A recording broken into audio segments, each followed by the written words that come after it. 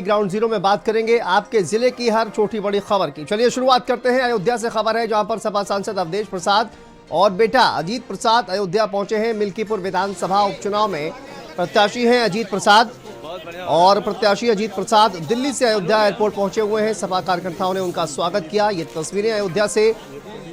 और देखिए अवधेश प्रसाद का बयान भी सामने आया है। उपचुनाव समाजवादी पार्टी ही जीतेगी। 2027 के विधानसभा चुनाव का संदेश यहां से निकलेगा। देखिए 2027 का भी बिगुल अवधेश प्रसाद के द्वारा फूंका गया। यहां से विधानसभा उपचुनाव को लेकर बोले अजीत प्रसाद। उन्होंने कहा कि सपा ही मिल्कीपुर विधानसभा उपचुनाव जीतेगी और जल्द ही अखिलेश यादव की चुनावी जनसभा भी यहां पर होगी। मिल्कीपुर में विकास किया होता तो पूरी कैबिनेट नहीं उतरती, ये तंज कसते हुए भारतीय जनता पार्टी पर। और कहा अखिलेश यादव के राम मंदिर दर्शन पर, जब राम मंदिर बनकर तैयार हो जाएगा तो दर्शन करेंगे।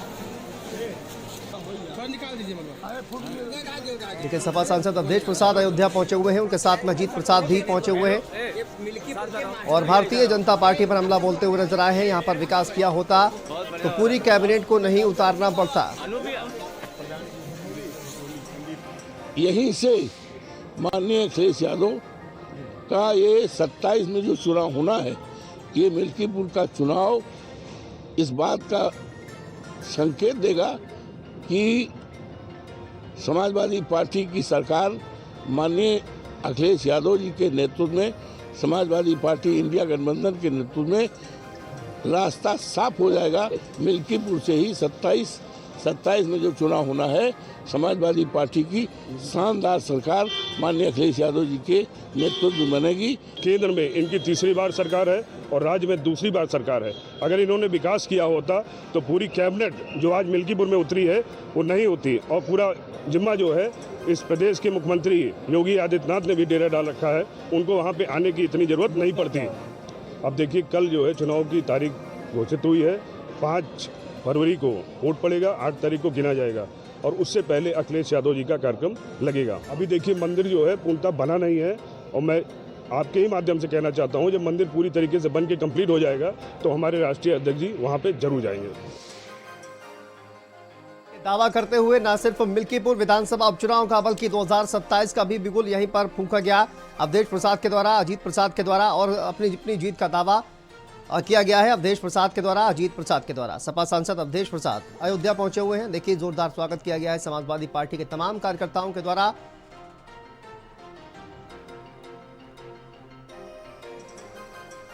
देखिए मिल्कीपुर विधानसभा उपचुनाव की तारीखों का ऐलान कर दिया गया है और अवधेश प्रसाद पहुंचे हुए हैं। दिल्ली से अयोध्या एयरपोर्ट पहुंचे हुए हैं और भारतीय जनता पार्टी पर तंज भी कसते हुए नजर आए हैं।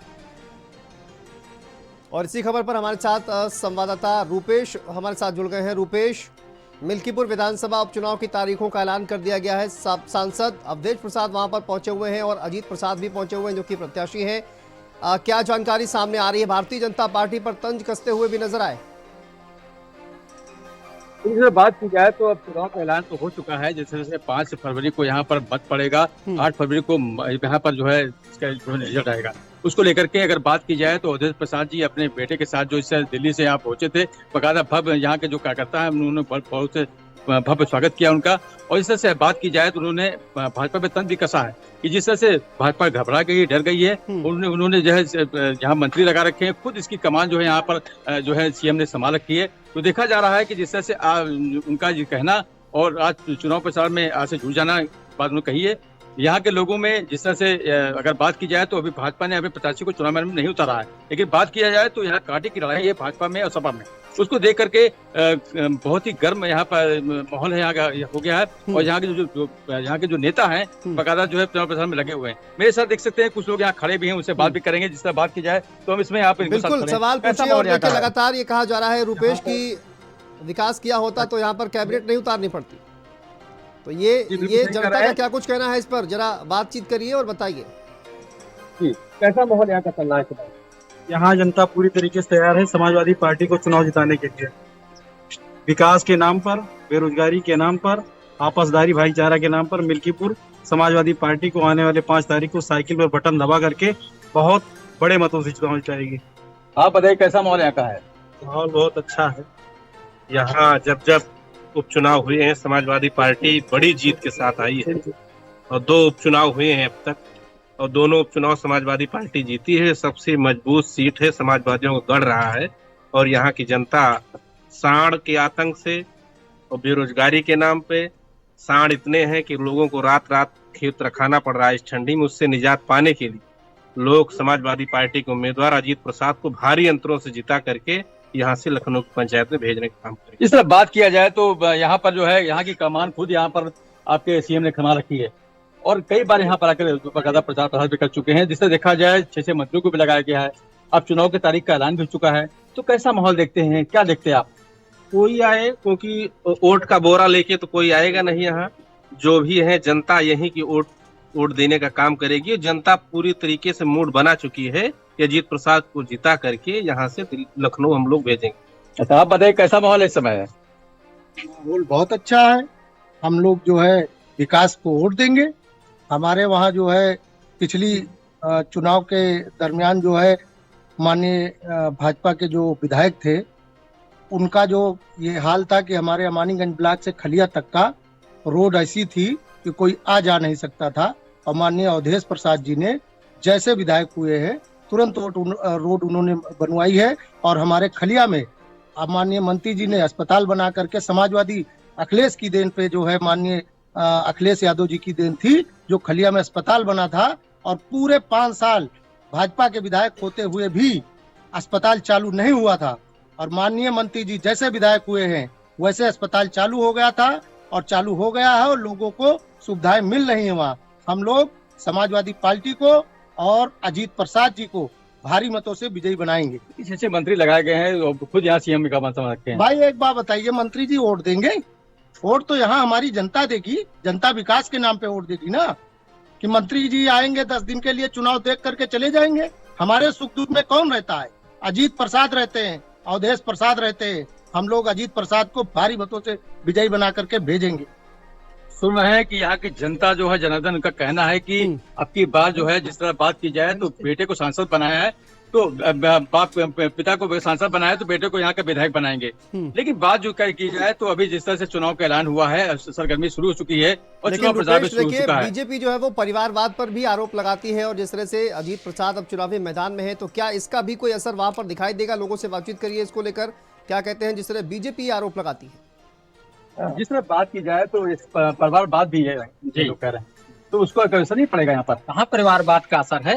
परिवारवाद तो अमित सिंह चौहान, शोभा सिंह चौहान, बीजेपी ने शुरू किया, हमारी पार्टी ने थोड़ा शुरू किया। परिवारवाद तो कल्याण सिंह के बेटे को मंत्री बनाया गया, लालजी टंडन के बेटे को बनाया गया, बीजेपी ने शुरू किया परिवारवाद। हमारी पार्टी राजनाथ सिंह का बेटा है, हमारी पार्टी कहाँ शुरुआत किया? अच्छा। हमारी पार्टी तो माननीय लोकप्रिय सांसद जो जिनके ऊपर पूरे विश्व की निगाहें हैं, आज दलित शोषित समाज के मसीहा हैं, उनके कामों पर जो है यहाँ पर माहौल खड़ा है। पीडीए के तहत हमारा दलित शोषित समाज पूरी मुस्तैदी के साथ बूथ से लेकर के सेक्टर ब्लॉक तक सारे हमारे मुस्तैदा के कार्यकर्ताओं के ऊपर हमको आत्मविश्वास है कि हमारे कार्यकर्ता और हमारे पीडीए के साथी हमारे जो दलित शोषित समाज के वर्ग डॉक्टर अंबेडकर के अपमान का बदला लेने के लिए भारतीय जनता पार्टी को मुस्तैदी से जवाब देंगे और उसको मिल्कीपुर से चुनाव हराने का काम करेंगे। सुना आपने? तो जिस तरह से बात की जाए तो अब की परिवारवाद की बात भी कहीं इन्होंने बात बता रहे हैं किस तरह क्या रहेगा, लेकिन जिस तरह से बात की जाए तो चुनावी माहौल बहुत गर्म हो चुका है और नाक की टक्कर देखी जा रही है दोनों पार्टी में। और सभी अगर बात की जाए तो विकास की बात कर रहे हैं, कार्य की बात कर रहे हैं और लोग कह रहे हैं कि अब की बार बदलाव नहीं होगा, जो हमने चुन रखा है उसी को वोट करेंगे और अब की बार मिल्कीपुर में अवधेश प्रसाद के बेटे को ही जिताएंगे। बिल्कुल रूपेश, जिस तरह से बयान सामने आया है, देखिए राम मंदिर का मुद्दा जो है वो लगातार गर्माता रहा और राम मंदिर रामलला के दर्शन को लेकर उन्होंने कहा अजीत प्रसाद ने कि अखिलेश यादव जो है जो मंदिर बन जाएगा तब आएंगे। इसको लेकर क्या कुछ कहना है लोगों का? और मंदिर के दर्शन को लेकर बड़ा मुद्दा बनाया गया था, तो लोग इसके बारे में क्या सोचते हैं, क्या कहते हैं? उत्तर अखिलेश यादव ने कहा है कि राम मंदिर जब हमारा राम मंदिर बन जाएगा तब हम लोग दर्शन करेंगे आगे। क्या कहेंगे इस पे आप? राम सबके हैं, केवल बीजेपी वाले थोड़ो हैं। हम लोग जो है बाबा साहब के अपमान में जो अमित शाह ने कहा है संसद में, उसका बदला जो है मिल्कीपुर के उपचुनाव में हम लोग लेंगे। अजीत प्रसाद को भारी बहुमत से जिता करके विकास के नाम पर के जो अवधेश प्रसाद ने मिल्कीपुर में 2012 से अब तक काम किया, कोई काम नहीं किया।